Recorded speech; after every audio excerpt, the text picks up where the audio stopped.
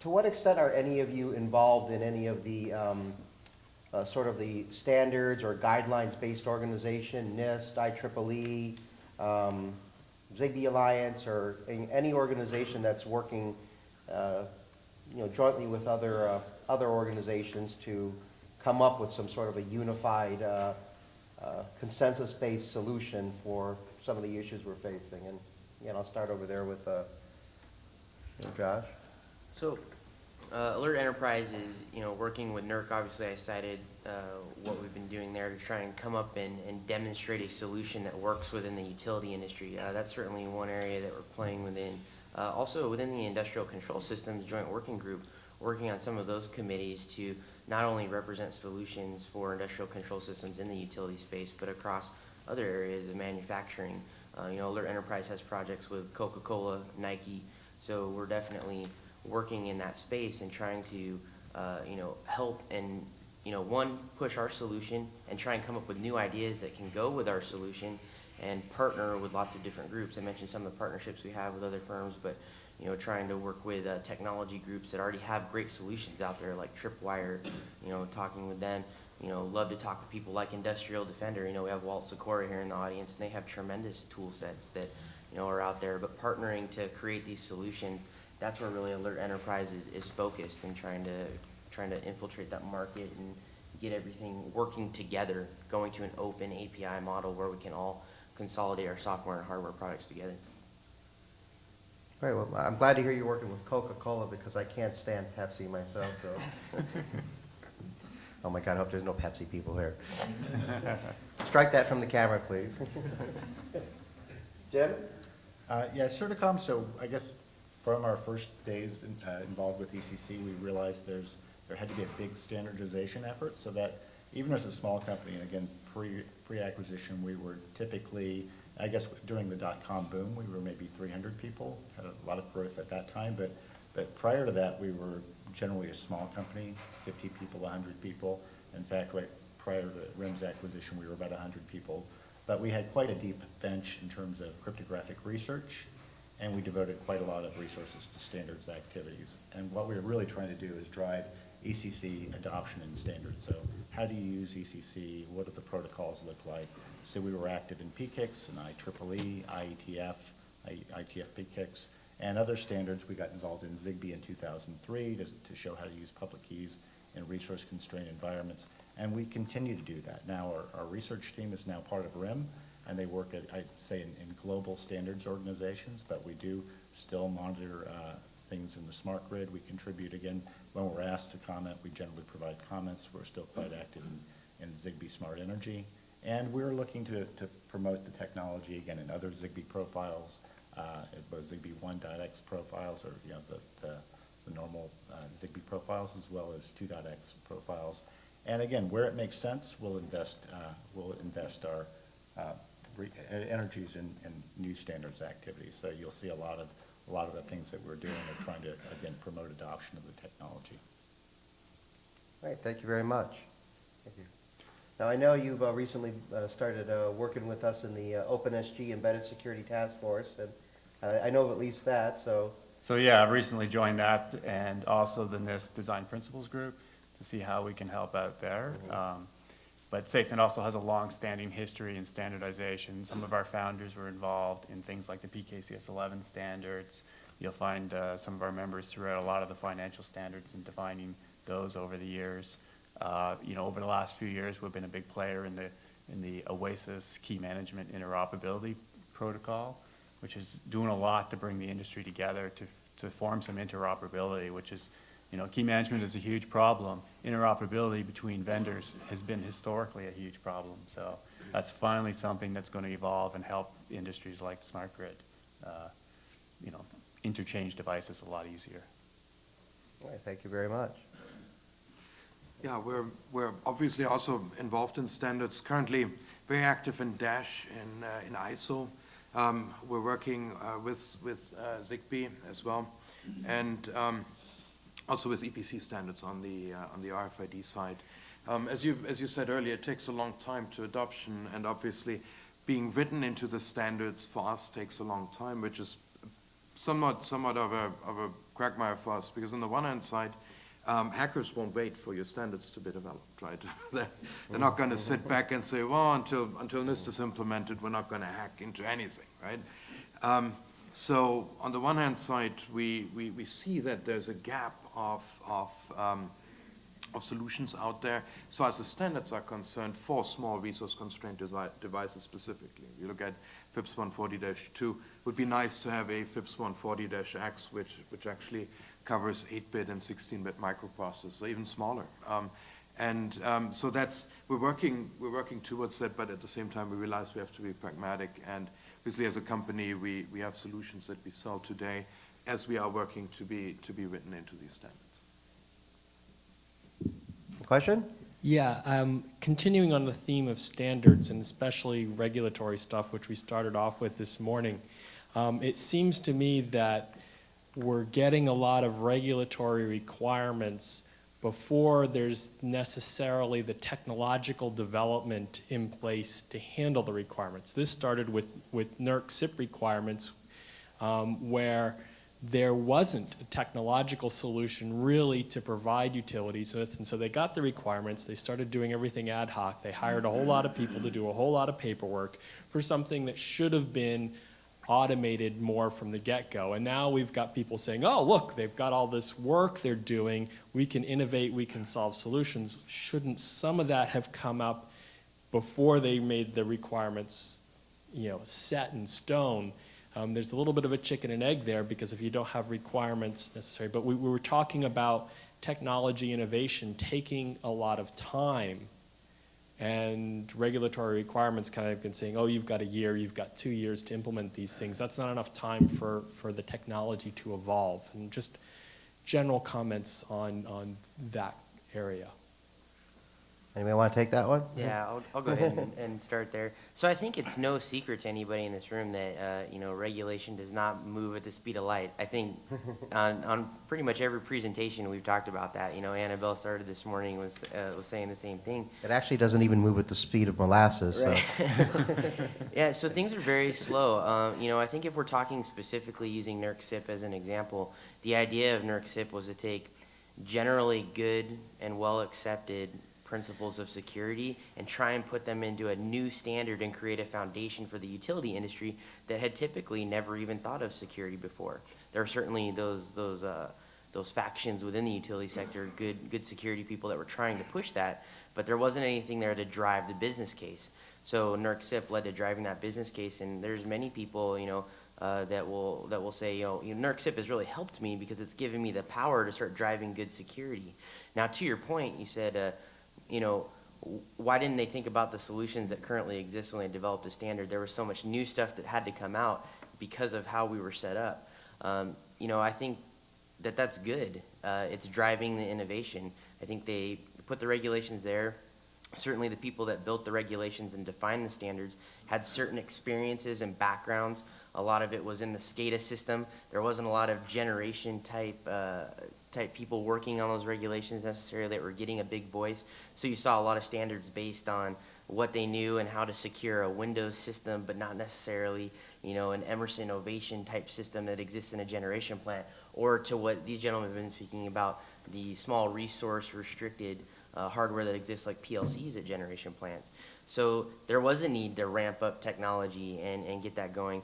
And I think that writing a standard that created that need for innovation, created all this job growth in the security space has really been helpful, and I think that's a good thing.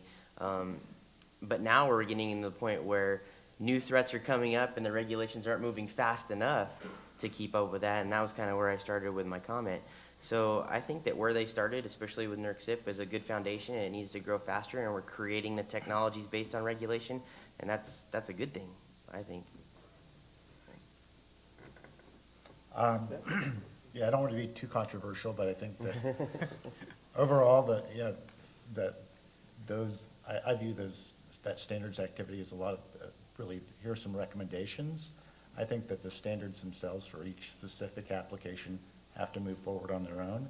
And again, there are instances where you're going to have solutions that are maybe more proprietary, that can be deployed more quickly. Standards take a long time. So do you want security or do you want a standard? And I guess when you talk about interoperability, to what degree do all of these systems really need to interoperate? And if you talk about throwing out something like a key management standard from Oasis, yeah, okay, what system are you deploying that on? I think you have to look at horses for courses and say, here's a problem we're trying to solve. Here's a group that's been working on this problem for years. Let them solve it. You know, there's not going to be a big umbrella organization that says this is how everybody in the smart grid has to do everything. And a lot of times it is going to be a vendor-specific solution that's built because they're providing an end-to-end platform for AMI or whatever. And as long as they're using good security principles, I think that's fine. Again, I would endorse using well-known standardized protocols, strong algorithms, and again, look to the areas where you need vendor interoperability and try and drive that through again, the right standards, but don't be over-prescriptive. You know, I was talking to my wife, I used to work in the food service industry, and I said, you know, if restaurants worked like standards bodies, the obesity problem in the United States would not exist because you would never get something to eat. We'd sit around discussing things all day, you know, in the food service business, it's like, you know, people are here, make food now. You know, so I'm not saying that's what we should be doing, but and sometimes it slows things down unnecessarily.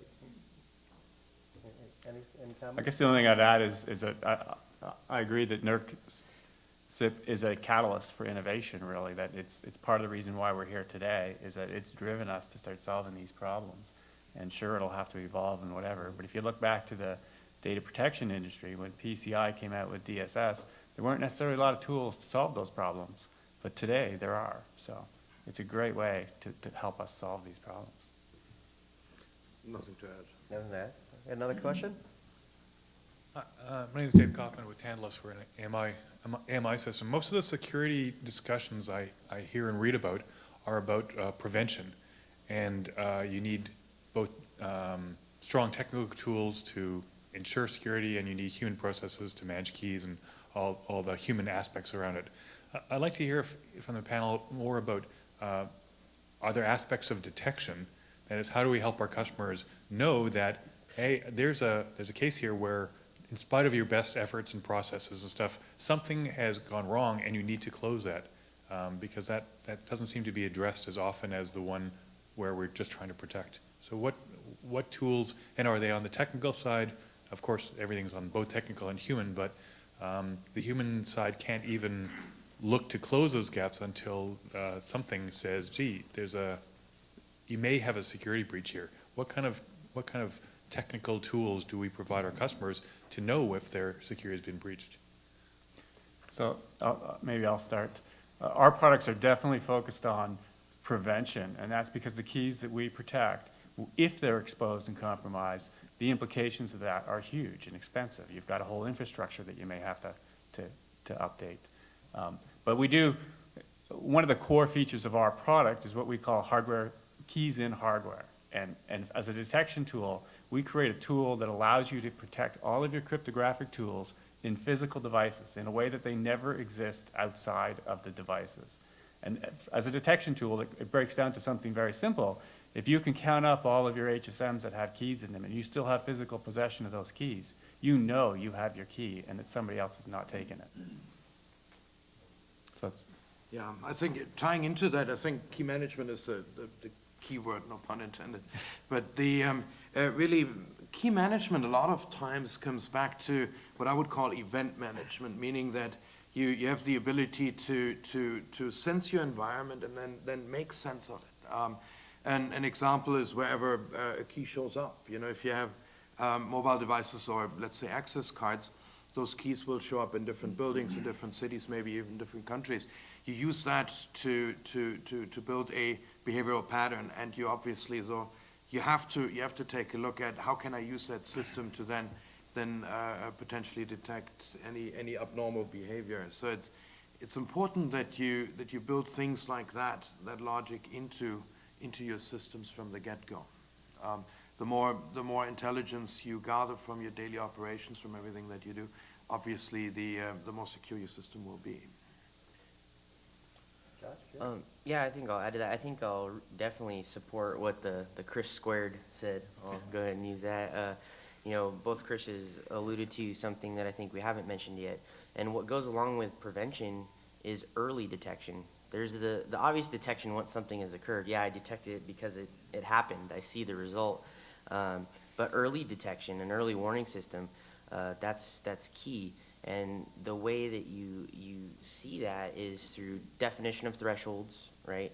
Determining what you're looking for, detecting the abnormalities, and that was something that Chris Hannebeck said that really, caught my attention and struck a chord with me. Tracking those different trends, seeing something that doesn't normally occur.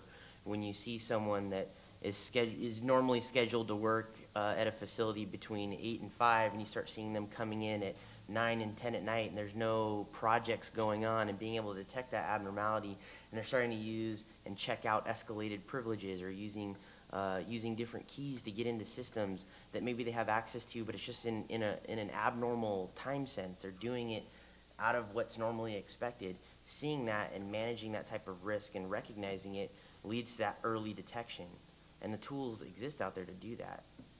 Well, that's interesting because I think I wrote about this recently, and I know Dr. Fred Cohen actually has been discussing this, is you have to look at things as each individual act in and of itself may not raise a flag, but aggregated, it raises a huge flag. And, we need more systems that can look at things like, okay, maybe this is not a big deal, but all of it happening at the same time, maybe we should, Yeah, I think investigate. I think that heuristic analysis is not something new. It's been around. The idea and principle behind that has been there for a while, and now tools are starting to exist to use risk engines that have been around for a while and incorporate those into security and start looking at the abnormalities and get that early detection. Right. Jim? Well, as a security company, Certicom, I guess we actively monitor a lot of the security vulnerabilities for Linux platforms, for protocols that we support, for vulnerabilities even in cryptographic algorithms, and we look to basically bulwark our products, make patches when they're required if there's a common attack that's identified. I think that the other area for an opportunity in the smart grid is something that we don't provide, but might be something that Lockheed Martin would provide, which is situational awareness software, complex event processing software, and that kind of would go into the detection over the wide grid kind of environment. That was interesting.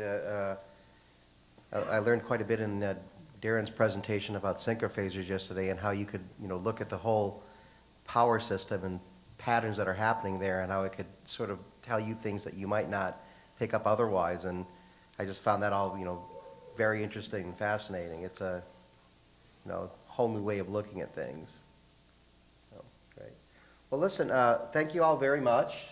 We appreciate you coming here, and like I said, if you have any further questions, I'm sure these people would be happy to speak with you, and I hope to see more organizations coming up with, again, security solutions to deal with the issue of smart grid security.